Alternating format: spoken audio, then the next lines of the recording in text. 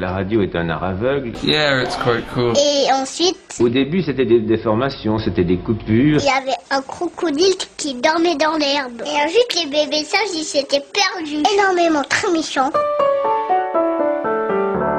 Bonjour, bienvenue à tous au cœur des interviews d'Eric Cooper. Aujourd'hui, je vais vous faire découvrir un auteur, c'est Philippe Brasseur, qui est l'auteur d'un livre qui va aider les enfants à être créatifs grâce à 4 jeux.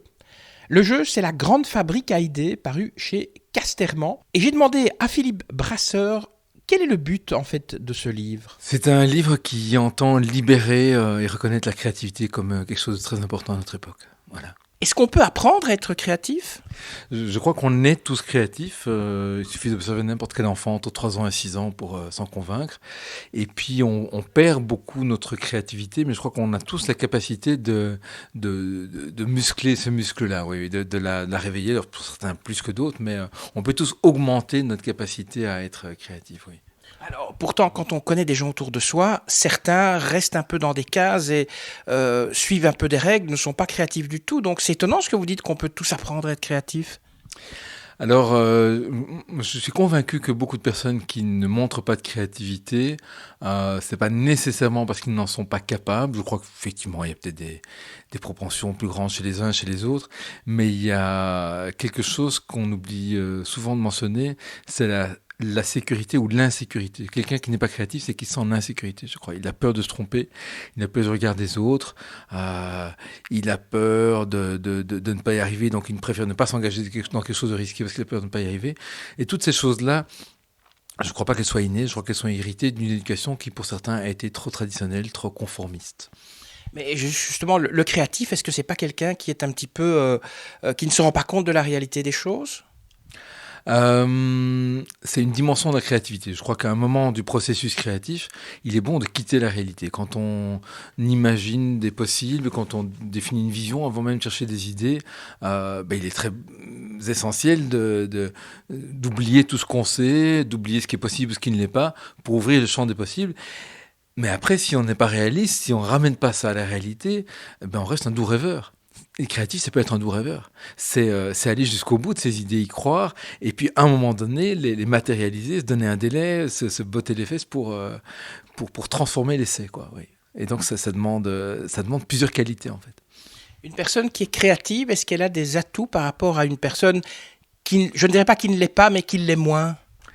À notre époque, oui, je crois que c'est même une condition pour faire un chemin professionnel intéressant, parce que l'environnement change tellement vite, je parle de l'environnement économique, social, politique, écologique, etc., que si on n'est pas capable non seulement de s'adapter, bien sûr, aux différents changements qui s'imposent à nous, mais des forces de proposition des organisations qui nous emploient, et encore plus crucial d'inventer son propre destin, et se poser régulièrement la question au fond, mais qu'est-ce que je veux faire de ma vie, et comment au fond me créer moi-même chaque jour un petit peu plus, un petit peu mieux.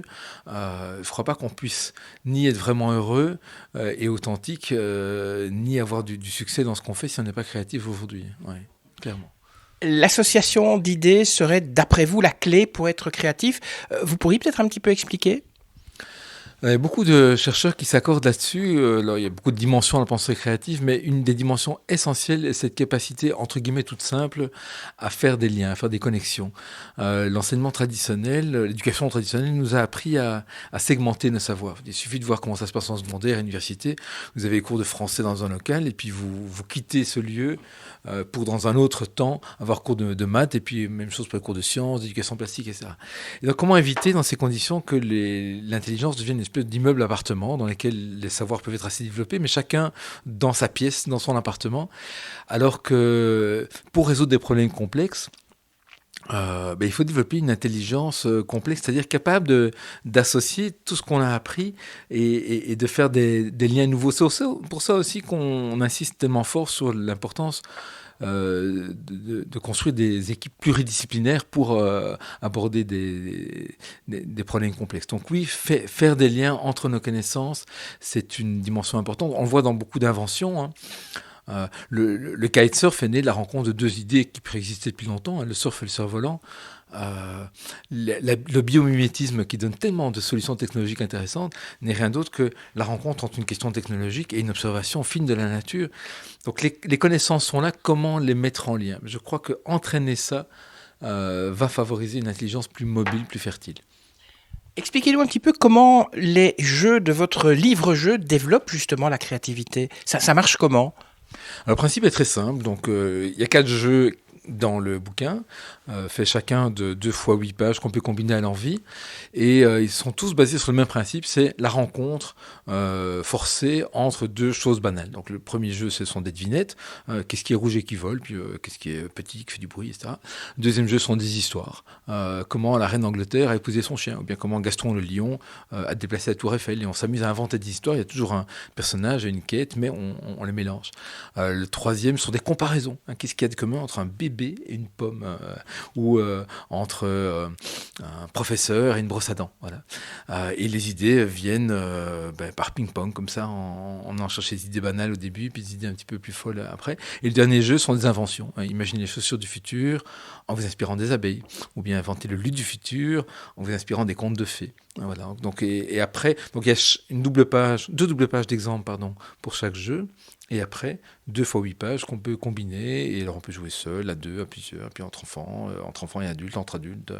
C'est vraiment très ouvert. Ce livre, vous l'avez écrit tout seul ou bien vous avez pris des inspirations un petit peu partout? Consciemment, j'ai l'impression d'avoir écrit seul, mais je suis traversé d'inspiration.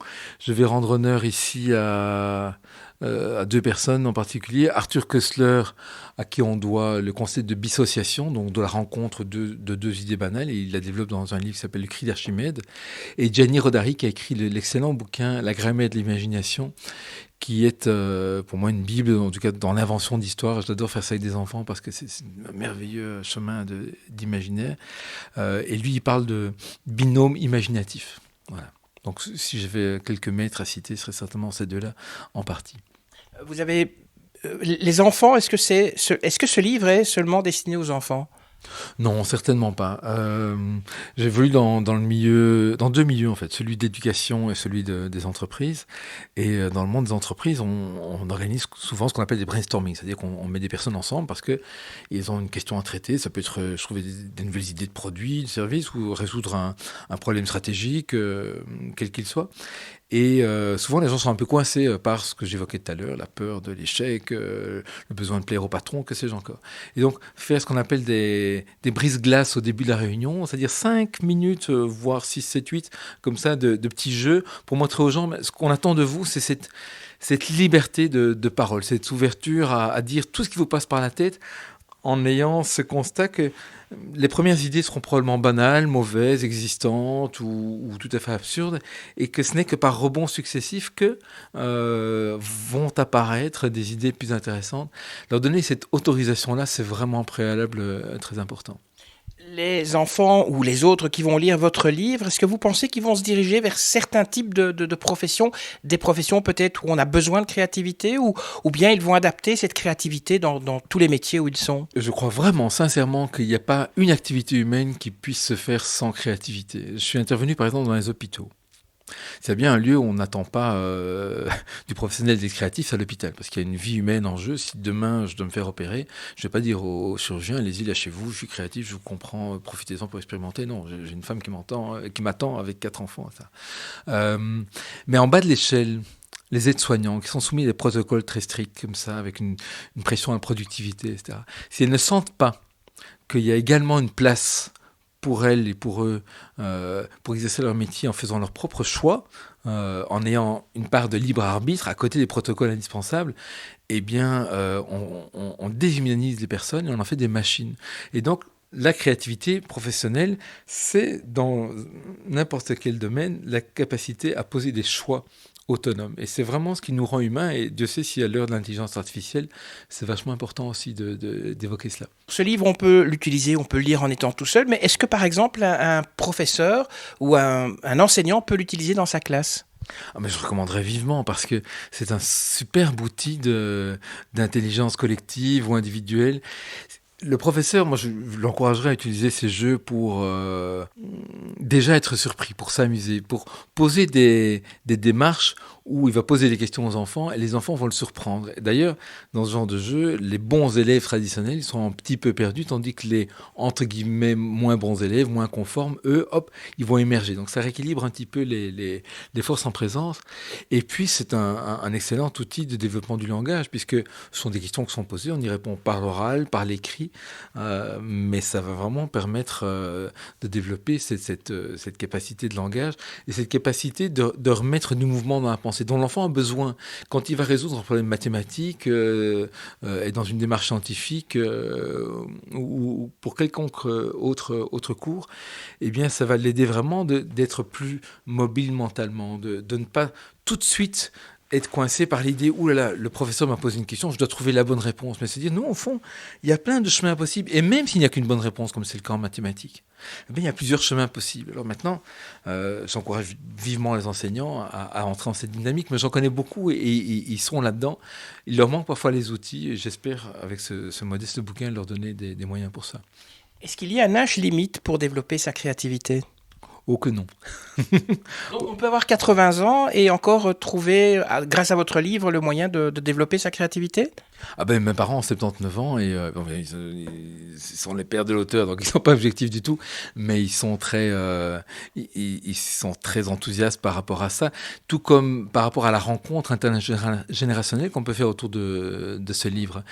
Pour moi, l'intérêt, il est là aussi, c'est mettre en présence des personnes de tranches d'âge différentes et que chacun va se nourrir mutuellement, se stimuler mutuellement. Les enfants, souvent, sont les maîtres en la matière.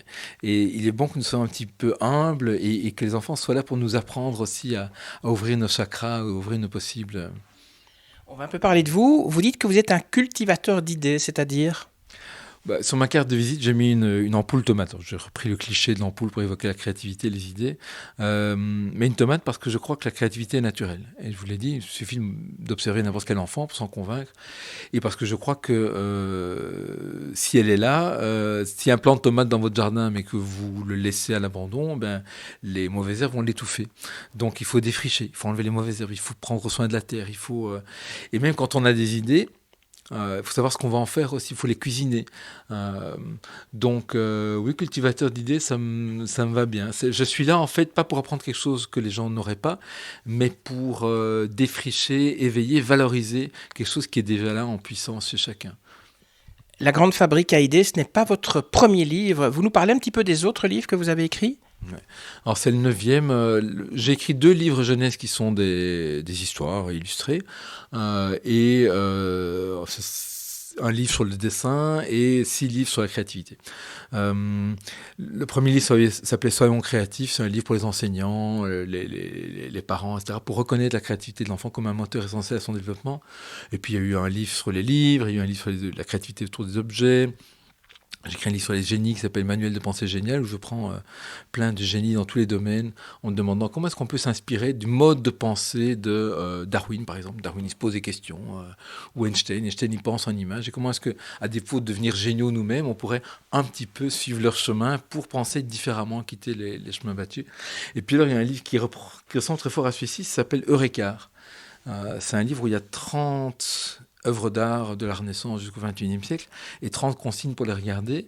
Et on peut les mélanger en se demandant, par exemple, tiens, telle œuvre d'art, qu'est-ce que l'artiste a choisi de ne pas représenter ? Ou bien si c'était un jeu, quel serait le but du jeu et quelles seraient les règles ? Et donc, quitter en fait tout le mode cognitif où il s'agit juste de reconnaître l'artiste et essayer de se demander tiens, qu'est-ce qu'il a voulu dire, ou le mode purement jugement, j'aime pas, mais pour aller bien au-delà et en fait faire de l'œuvre d'art un terrain de rencontre de nouveau entre personnes. Alors, on l'a compris, hein, la créativité, c'est votre dada. Le prochain livre, vous voulez peut-être déjà nous en parler, ça sera aussi sur la créativité ? Alors, comme je suis également dessinateur et peintre, je viens de publier un bouquin d'ailleurs en auto-édition qui s'appelle Celui qui dessine. J'ai très envie, alors c'est un chantier, je ne sais pas s'il va voir le jour, donc je vous réponds, mais c'est vraiment, on en est aux prémices, de faire un livre qui donne des outils, des clés aux personnes, surtout aux adultes, pour pratiquer le dessin de manière simple, mais de manière vraiment à se reconnecter à eux-mêmes et au monde qui les entoure. Un outil d'émerveillement, pour prendre un mot à la mode, de mindfulness donc de pleine conscience par le dessin, parce que moi ça m'apporte tellement, j'ai envie de partager ça. Oui. Donc ceux qui, comme moi, disent « je ne sais pas dessiner », votre livre va peut-être me donner envie de dessiner, et peut-être un jour de publier une BD chez Casterman ou pas? Pourquoi pas. En tout cas, une des premières consignes que je vous donnerai, c'est, ou parmi les premières, ce serait de dessiner les yeux fermés, de faire un gribouillis, et puis de rouvrir les yeux, d'en faire surgir quelque chose, un animal, une plante, une personne, ce que vous voulez, un moyen de transport, et puis de dessiner à la main gauche, dessiner à deux mains, pour quitter en fait dans ces exercices où clairement je vais vous mettre dans l'inconfort, le besoin, hérité de l'éducation lui aussi, de faire un beau dessin. Quelle horreur. Merci Philippe Brasseur d'avoir répondu aux questions. Je rappelle, si vous souhaitez en savoir plus sur cet auteur, eh bien, il a un site internet www.philippebrasseur.be. Avant de vous libérer, avant de libérer vos oreilles, j'ai 3 petites choses à demander à vous qui nous écoutez. Si vous avez aimé, cliquez sur j'aime. Abonnez-vous aussi pour ne pas manquer la prochaine interview d'Eric Cooper. Et puis, c'est sympa de laisser un commentaire. Merci et à très bientôt. Ça y est, c'est fini.